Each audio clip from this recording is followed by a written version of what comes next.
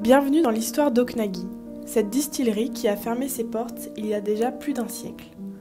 La distillerie d'Oknagie se trouve dans les Braes de Tullimeth, 6 miles au sud-est de Pitlochry et Perthshire.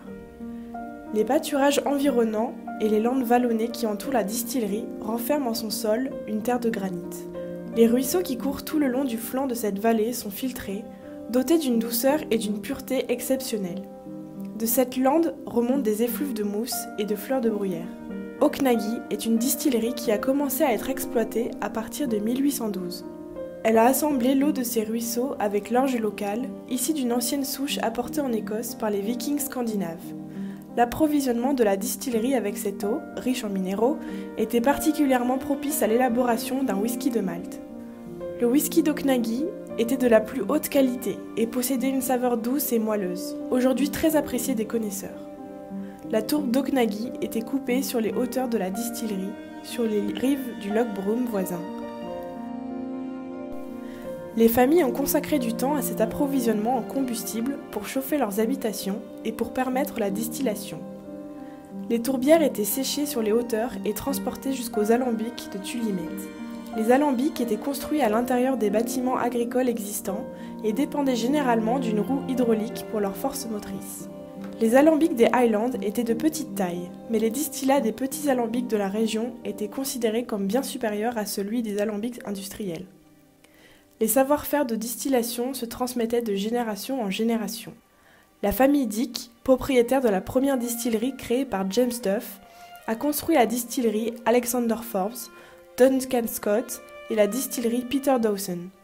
Grâce à celle-ci, ils ont fait la une des journaux en mettant en bouteille la plus grande cuvée de whisky jamais enregistrée.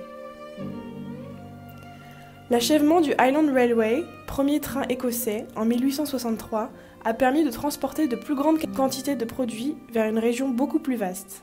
Cependant, la ligne secondaire proposée entre Tullimeth et Ballinluig n'a jamais été construite, ce qui signifie que le transport du whisky s'est poursuivi à cheval jusqu'à ce que la distillerie cesse sa production. Les propriétaires finaux étaient les marchands de whisky de Perth, John Dewar & Sons. Cependant, la demande pour le whisky d'Oknagie était telle que cette petite distillerie familiale n'arrivait pas à suivre la demande qui lui était adressée.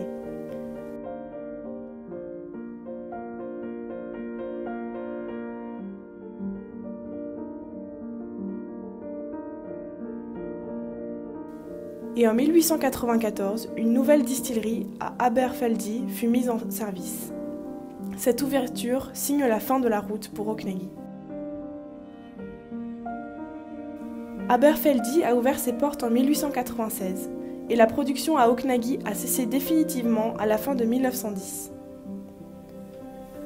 En 1912, l'équipement et les machines ont été retirés, mettant ainsi fin à plus d'un siècle d'histoire de la distillation légale dans le hameau de Tullimeth, ce qui marque la fin du nom Oknagie.